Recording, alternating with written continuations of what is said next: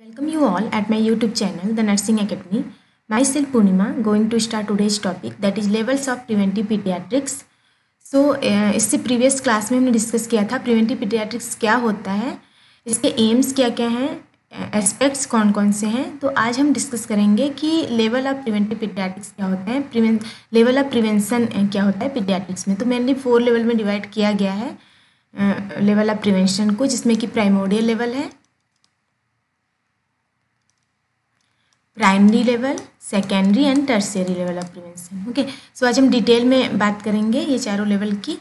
तो बात करते हैं डिजीज प्रिवेंशन होता क्या है. Prevention is the action aimed at eradicating, eliminating और minimising the impact of disease and disability.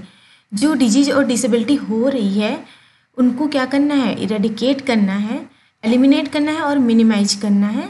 ये क्या होता है, प्रिवेंशन. प्रिवेंशन एक्शन होता है जिसमें कि जो भी डिजीज और डिसेबिलिटी हो रही है उनको इरेडिकेट करना या नष्ट करना या फिर एलिमिनेट करना, उनको अलग करना या फिर उनके प्रभाव को कम करना. ओके, तो डिसेबिलिटी यहाँ पे क्या होता है, disability inability to perform any activity. Okay,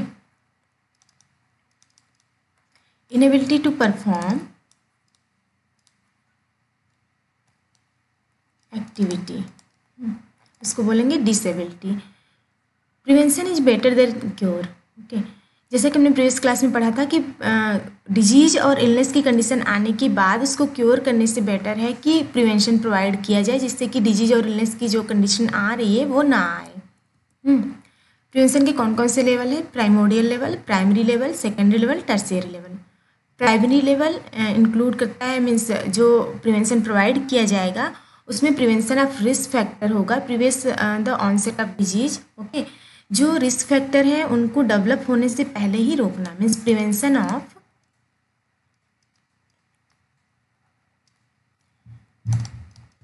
risk factors to develop.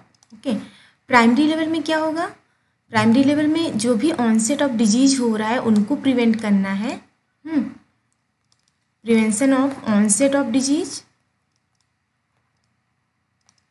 Secondary level में एक बार डिजीज जब हो गया तो जो इनिशियल कंडीशन में ही जो ट्रीटमेंट और डायग्नोसिस किया जाता है, इनिशियल कंडीशन है डिजीज का, इनिशियल डिजीज कंडीशन है, उस कंडीशन में जो डायग्नोसिस प्रोवाइड किया जाएगा और ट्रीटमेंट प्रोवाइड किया जाएगा वो आएगा सेकेंडरी लेवल में. ओके, टर्शियरी लेवल में एक बार जब डिजीज की कंडीशन हो गई, एडवांस स्टेज में डिजीज पहुंच गया, तो उस कंडीशन में उन्हें ट्रीटमेंट प्रोवाइड करना, उनकी डिसेबिलिटी को लिमिट करना. ओके, डिसेबिलिटी लिमिटेशन आएगा इसमें, और रिहेबिलिटेशन प्रोवाइड करना. रिहेबिलिटेशन प्रोवाइड करना, ये आएगा टर्शियरी लेवल में. तो प्राइमोडियल लेवल में जो रिस्क फैक्टर है उनको प्रिवेंट करना. ओके, प्राइमरी लेवल में मेनली हेल्थ एजुकेशन प्रोवाइड किया जाता है और स्पेसिफिक ट्रीटमेंट प्रोवाइड किया जाता है. इनिशियल जब कंडीशन आता है डिजीज का तो उस कंडीशन में डायग्नोसिस और ट्रीटमेंट पे फोकस किया जाता है और रेफरल पे फोकस किया जाता है. टर्शियरी लेवल पे मेनली डिसेबिलिटी लिमिटेशन और रिहेबिलिटेशन पे फोकस किया जाता है. वन बाय वन हम डिटेल में देखते हैं. प्राइमोडियल लेवल की बात करते हैं. This is a prevention of development of risk factors in a population group which they have not yet appeared. यह प्रिवेंशन होता है जिससे कि रिस्क फैक्टर को डेवलप होने से रोका जाता है किसी भी पॉपुलेशन ग्रुप में जो कि अभी तक अपियर नहीं हुआ रहता है. Special attention is given in preventing chronic disease. इसमें स्पेशल अटेंशन दिया जाता है कि क्रोनिक डिजीज जो होने वाली है उसको प्रिवेंट किया जाए, like obesity, hypertension, heart disease. Main intervention is health education. जो मेन इंटरवेंशन होता है वो होता है हेल्थ एजुकेशन. इसमें हेल्थ एजुकेशन प्रोवाइड करके किसी भी तरह की जो रिस्क फैक्टर है उनको रोका जाता है. In this efforts are dedicated towards discouraging people from adopting harmful life styles और हैबिट्स थ्रू इंडिविजुअल और मास एजुकेशन. इसमें जो एफर्ट्स डाला जाता है वो इंडिविजुअल और मास एजुकेशन प्रोवाइड करके किसी भी तरह की जो हार्मफुल लाइफ स्टाइल और हैबिट्स है उनको डिस्करेज किया जाता है, उनको एडॉप्ट करने से रोका जाता है. Primordial prevention, a relatively new concept, is receiving special attention in the prevention of chronic diseases. Primordial prevention जो है वो एक न्यू कॉन्सेप्ट है जिसमें कि स्पेशली अटेंशन दिया जाता है कि जो कि क्रोनिक डिजीज है उनको प्रिवेंट किया जाए. प्रिवेंशन ऑफ क्रोनिक डिजीज पे स्पेशल अटेंशन दिया जाता है. For example, many adult health problems like obesity, hypertension have their early origin in childhood because this is the time when lifestyles are formed. For example, smoking, eating pattern and physical exercise. जो many adult health problems होते हैं like obesity, hypertension, इनका जो onset होता है, early origin होता है, वो चाइल्डहुड में ही होता है क्योंकि चाइल्डहुड एज होता है जब लाइफ स्टाइल फॉर्म होता है, जो हैबिट्स होते हैं वो फॉर्म होते हैं, जिस पे कि डिपेंड करता है आने वाला health problems. Primordial prevention begins in childhood when health risk behaviors begins. Primordial prevention जो होता है चाइल्डहुड में बिगिन होता है जब हेल्थ रिस्क बिहेवियर्स शुरू होते हैं. Parents, teacher and peer groups are important in imparting health education to children. Okay, जो पेरेंट्स होते हैं, टीचर या फिर पीयर ग्रुप्स होते हैं, वो इम्पॉर्टेंट रोल प्ले करते हैं कि चाइल्ड को किस तरह का हेल्थ एजुकेशन प्रोवाइड किया जाए, किस तरह उसमें हेल्दी हैबिट्स आएँ, किस तरह की लाइफ स्टाइल वो अपनाएं. तो ये सारी चीज़ों के लिए जो पेरेंट, टीचर और पीयर ग्रुप होते हैं वो इम्पॉर्टेंट रोल प्ले करते हैं. Examples of primordial prevention. Primordial prevention के कौन कौन से एग्जाम्पल हैं? नेशनल प्रोग्राम और पॉलिसी बनाए गए हैं जो कि फूड और न्यूट्रिशन से रिलेटेड है. फूड और न्यूट्रिशन मीन्स चाइल्ड और प्रेग्नेंट मदर को फूड और न्यूट्रिशन प्रोवाइड करना, न्यूट्रिशनल सप्लीमेंट्स प्रोवाइड करना. Comprehensive policies for discourage smoking, alcohol and drugs. Comprehensive policies बनाए गए हैं स्मोकिंग, एल्कोहल और ड्रग्स को डिस्करेज करने के लिए. To promote regular physical activity को प्रमोट करने के लिए. Making major changes in life style में मेजर चेंजेस करके. ये सारी चीज़ें प्राइमोडियल प्रिवेंशन में आएंगी. बात करते हैं सेकेंड प्राइमरी प्रिवेंशन की. Primary prevention can be defined as the action taken prior to the onset of disease which removes the possibility that the disease will ever occur. Primary prevention define किया जा सकता है कि जो भी action लिया जाता है इसमें वह prior to the onset of disease होता है, डिजीज होने से पहले लिया जाता है, जो कि रिमूव करता है किसी भी डिजीज के होने की पॉसिबिलिटी को. ओके, इस डिजीज होने से पहले ही डिजीज के ऑनसेट को रोका जाता है. It signifies intervention in the pre pathogenesis phase of a disease और हेल्थ प्रॉब्लम. ये सिग्निफाइज करता है जो प्री पैथोजेनेसिस फेज है उसी कंडीशन में इसका इंटरवेंशन हो, उसी कंडीशन में इंटरवेंशन करके जो आने वाला हेल्थ प्रॉब्लम या डिजीज की कंडीशन है उनको रोके. प्री पैथोजेनेसिस डिजीज का फेज होता है, प्री पैथोजेनेसिस फेज, उसके बाद आता है pathogenesis phase. Pathogenesis phase disease की कंडीशन होती है. Okay, goals of primary prevention. Promote normal growth and development. Promote करना नॉर्मल ग्रोथ और डेवलपमेंट को. Develop the parent childhood relationship. Parent और चाइल्ड रिलेशनशिप को डेवलप करना. Prevent occurrence of health problems. Health problems जो हैं उनको प्रिवेंट करना. Develop strength and resources. Strength और रिसोर्सेज को डेवलप करना. जो भी रिसोर्सेज यूज हो रहे हैं, मनी, मटेरियल एटसेट्रा, तो ये सारी चीज़ों को डेवलप करना ताकि जो प्राइमरी प्रिवेंशन वो ठीक से प्रोवाइड कर सकें, जो भी मेजर्स हैं वो अच्छे से वो डेवलप कर सकें. और जो प्राइमरी प्रिवेंशन है मीन्स डिजीज होने से पहले जो प्रिवेंशन प्रोवाइड किया जा रहा है वो डेवलप हो पाए. प्राइमरी प्रिवेंशन में क्या क्या आएगा? Health promotion, specific protection. Health promotion, health को प्रमोट करना, और किसी भी तरह की स्पेसिफिक डिजीज से किस तरह से प्रिवेंट किया जाए वो स्पेसिफिक प्रोटेक्शन में आएगा. पर्टिकुलर डिजीज से किस तरह से प्रिवेंट करके रखना है, ये सारी चीज़ें. तो हेल्थ प्रमोशन क्या होता है? It is the process of enabling people to encourage control over the determinants of health and thereby improve their health. एक प्रोसेस होता है जिसमें कि पब्लिक को या फिर जो पीपल है उनको क्या किया जाता है कि ये हेल्थ एजुकेशन प्रोवाइड किया जाता है और उनको इनेबल बनाया जाता है, एक्टिव बनाया जाता है कि वो जो भी डिटर्मिनेंट हैं हेल्थ के उनके ऊपर कंट्रोल पाए और जो उनका हेल्थ है वो उसमें इम्प्रूवमेंट हो. हेल्थ प्रमोशन में क्या क्या आ जाएगा? हेल्थ एजुकेशन प्रोवाइड करना, इन्वायरमेंटल मॉडिफिकेशन करना, nutritional intervention, life style and behavioural changes. ये सारी चीज़ें आ जाएंगी हेल्थ प्रमोशन में. बात करते हैं स्पेसिफिक प्रोटेक्शन की. Efforts directed towards protection against specific diseases. इसमें एफर्ट्स जो डाला जाता है वो किसी स्पेसिफिक डिजीज से बचाने के लिए स्पेसिफिक प्रोटेक्शन इसमें प्रोवाइड किया जाता है. क्या क्या आएगा इसमें? Immunisation and seroprophylaxis. Immunisation like BCG, OPV, DPT et cetera. Chemoprophylaxis like chloroquine for malaria. Use of specific nutrients और supplementation. safety of drugs and foods, control of environmental hazards like air pollution, protection against accidents, means wearing of helmet, seat belts, avoidance of allergen from pollen, grain, dust, protection against occupational hazards, ये सारा specific protection के अंदर आएगा। Third है secondary prevention. It is defined as an action which halts the progress of disease at its incipient stage and prevents complication.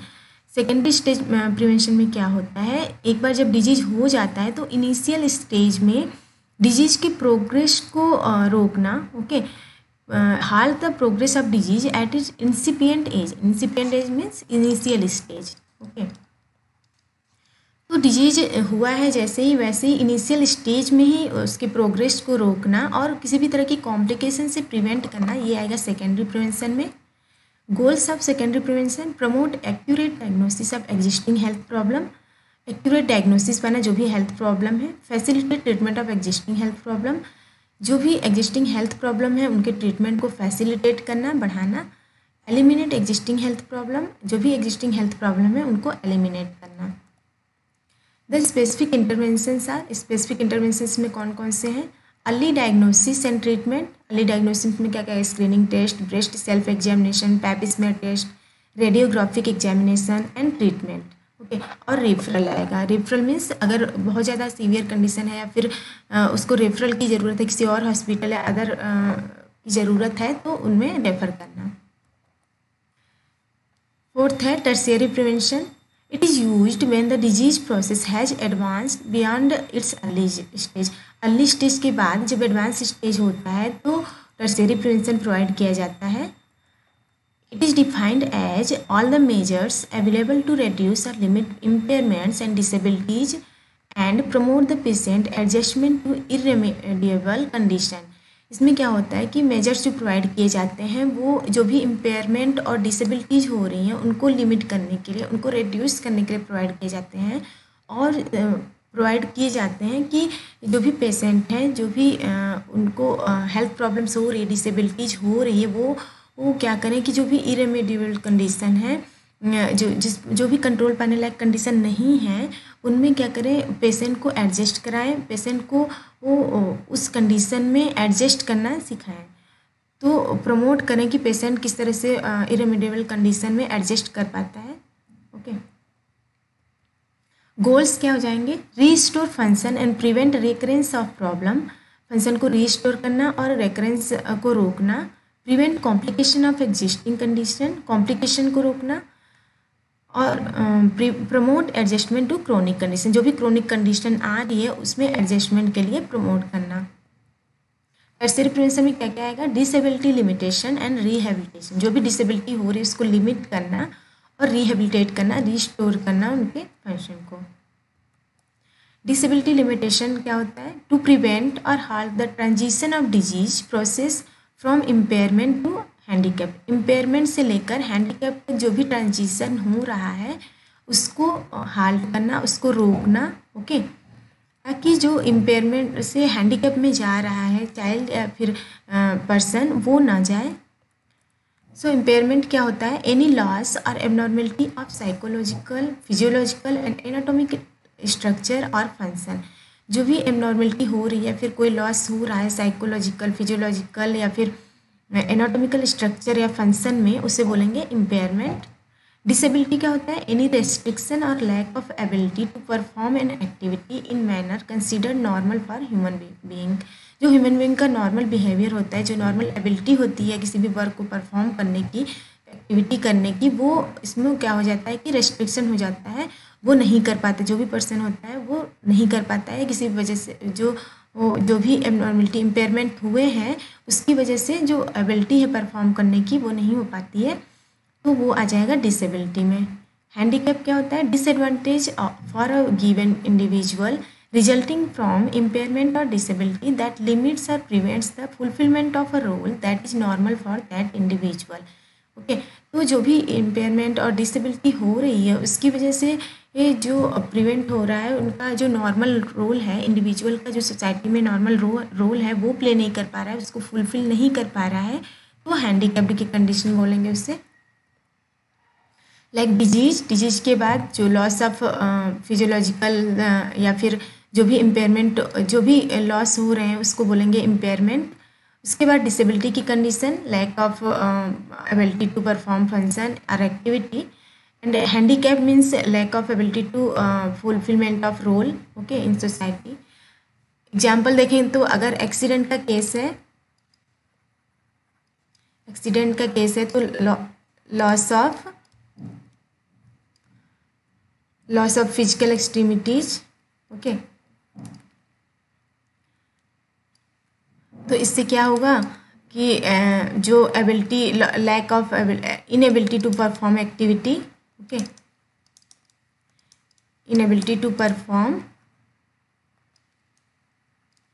Activity, ये disability हो जाएगी। इसके बाद जो सोसाइटी में उसका रोल है वो फुलफिल नहीं कर पाएगा, इनएबिलिटी टू फुलफिल रोल,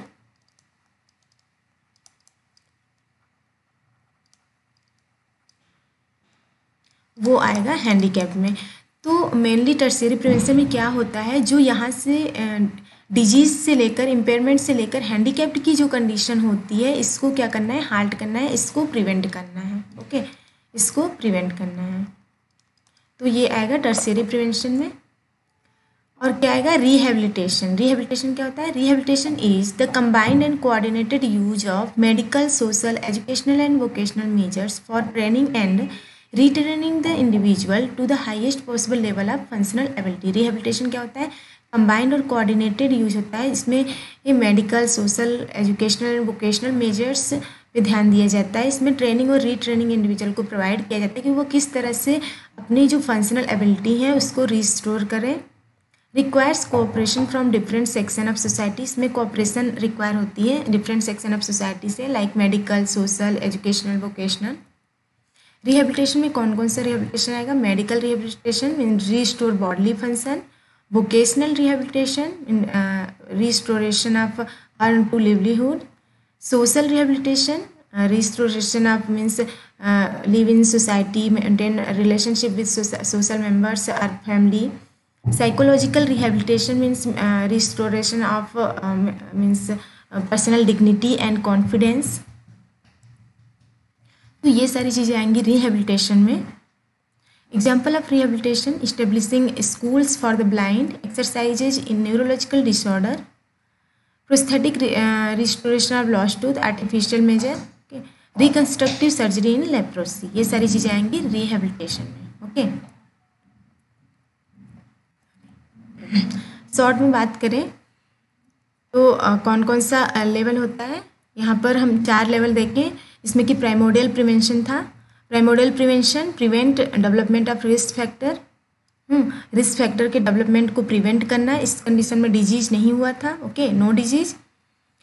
और जब डिजीज नहीं हुआ था उस कंडीशन में ही प्राइमरी प्रिवेंशन भी प्रोवाइड किया जा रहा था before the onset of disease. So manage the risk factors, prevent the onset of disease. Asymptomatic disease हुआ इनिशियल स्टेज में, ओके, इनिशियल स्टेज में जब डिजीज कंडीशन है उस कंडीशन में सेकेंडरी प्रिवेंशन प्रोवाइड किया गया, जिसमें कि अर्ली डायग्नोसिस और प्रोन ट्रीटमेंट और रेफरल प्रोवाइड किया गया, ओके। उसके बाद जब एडवांस कंडीशन आया तो उस कंडीशन में टर्शियरी प्रिवेंशन प्रोवाइड किया गया। टर्शियरी प्रिवेंशन में रिड्यूस कॉम्प्लिकेशन एंड डिसेबिलिटी और क्या प्रोवाइड किया गया, उसे रिहेबिलिटेशन प्रोवाइड किया गया, ओके। सो अगर याद करने के लिए रखें कि किस तरह से हमें याद रखना है primary prevention, secondary prevention, tertiary prevention. So primary prevention, secondary prevention, tertiary prevention. So primary prevention में क्या हो जाएगा, P for primary, P for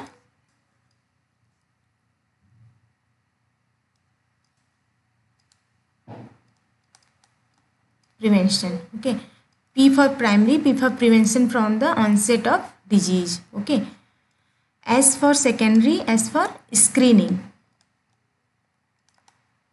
means initial stage में जो screening और diagnosis treatment हो रहा है वो। T for tertiary and T for treatment, mainly focus किया जाएगा treatment पे।